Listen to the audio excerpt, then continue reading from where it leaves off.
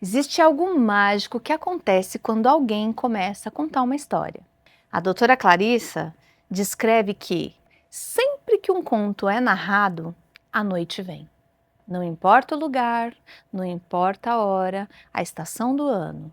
O fato de uma história estar sendo contada faz com que um céu estrelado e uma lua branca entrem sorrateiros pelo beiral e fique pairando em cima da cabeça dos ouvintes. Essa sensação de que uma história te levou para algum outro lugar e quando acabou, algo em você tinha mudado. Eu sinto essa magia, um arrepio, um ar diferente toda vez que eu abro esse livro. Seja para trabalhar, seja para estudar ou só para me deleitar nas histórias contidas nele. E hoje eu quero te contar por que as histórias nos movimentam e nos curam, se a gente tiver espaço para esse crescimento interno, claro.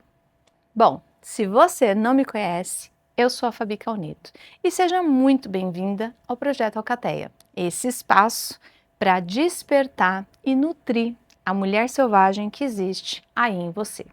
Nos episódios anteriores, a gente falou sobre quem é essa mulher selvagem, sobre os sintomas de quem perdeu o contato com essa natureza instintiva. Então, se você ainda não viu esses episódios, eu vou deixar o link da playlist aqui na descrição para você acompanhar. E hoje eu quero te apresentar a ferramenta, ou melhor dizendo, o remédio utilizado pela doutora Clarissa nos seus atendimentos e principalmente em sua obra Mulheres que Correm com os Lobos. A nossa cultura nos ensinou a ver os contos de fada como coisa de criança, passatempo, fantasia ou historinha bonitinha para dormir.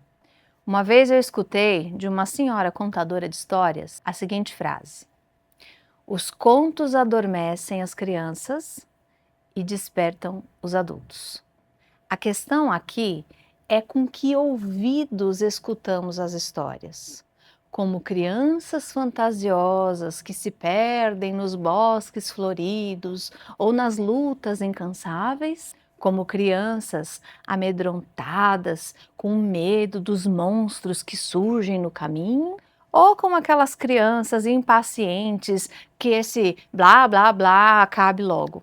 Será que é possível, nesse momento de escuta, ativar o ouvido e deixar o conto nos tocar, trazer uma nova compreensão, um novo movimento? A doutora Clarissa diz que essa rotulação de coisa para criança é um dos maiores equívocos da modernidade. As histórias são como bálsamos medicinais. A cura para qualquer dano ou para resgatar algum impulso psíquico perdido está nas histórias. Bálsamo, não inspiração, não motivação, mas medicina. E ela vai além. Nas histórias estão incrustadas instruções que nos orientam a respeito da complexidade da vida. Instruções que o nosso inconsciente entende, mesmo quando nossa mente não consegue articular o problema. Ou seja, as histórias chegam onde as palavras não chegam. Ela fala diretamente com a parte mais antiga que há em você. E isso é o que mais me encanta.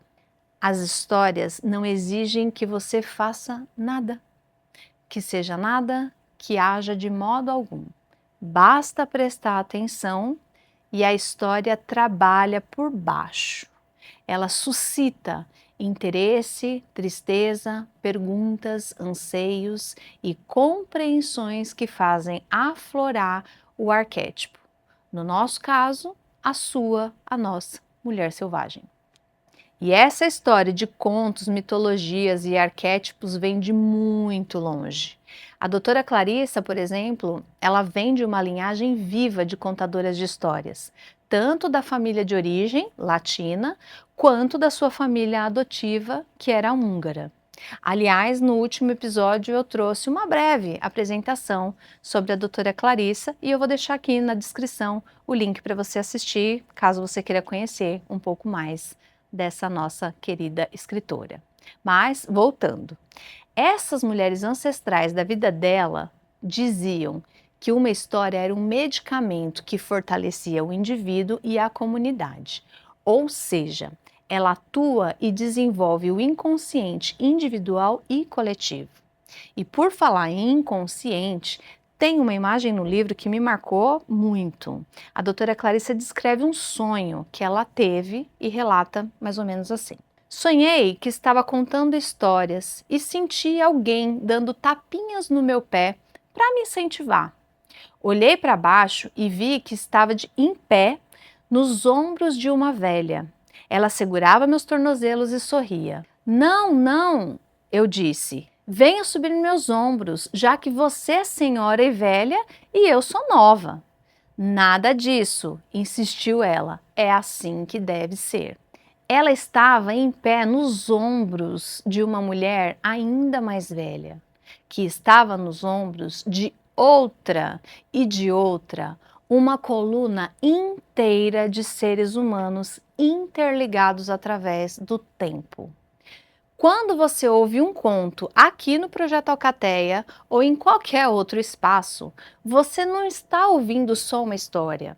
Você está recebendo algo que passou de boca em boca, que foi registrada de alma em alma por séculos. Algo que sobreviveu porque coloca algo interno em movimento, que chegou até você porque a sua psique talvez busque e precise dele. Mas tem uma coisa que vale a pena saber sobre a história dos contos. Ao longo dos séculos, muitas das histórias foram alteradas, símbolos antigos foram cobertos com camadas mais adequadas para aquela época. Uma velha curandeira virava bruxa perversa, um espírito se tornava um anjo ou, dependendo do que ele propunha, até um demônio. Elementos do feminino sagrado, da sexualidade e da morte como transformação, tudo isso foi apagado ou suavizado. O que sobrou e chegou até nós foi historinha de criança, princesas e heróis que vivem felizes para sempre. Não é isso que você vai encontrar aqui no Projeto Alcateia. Não é isso que você vai encontrar em outros conteúdos que publico. Não à toa eu chamo as minhas mentorandas, clientes e vocês que me acompanham aqui nas redes de almas corajosas. A doutora Clarissa passou décadas reconstituindo esses esqueletos, coletando versões, comparando estruturas, restaurando o que foi perdido. E o que ela encontrou por baixo de todas essas camadas é exatamente o que a psique feminina precisa: coragem e movimento. E aí, você topa continuar comigo nessa jornada? A partir do próximo episódio, a gente começa a entrar nas histórias. Histórias que a doutora Clarissa colheu ao longo de décadas e que carregam as instruções preciosas para o desenvolvimento da nossa psique. Histórias mais antigas do que qualquer manual raso de autoajuda. E fica ainda um outro convite. Se você quiser participar dos encontros do Projeto Alcateia, entre no grupo fechado de WhatsApp, que é onde eu divulgo as datas e as informações desses eventos. O link vai ficar disponível aqui na descrição e eu te espero no próximo episódio para a gente começar a falar da La Loba, a mulher que recolhe ossos. Você vai querer estar aqui, alma corajosa.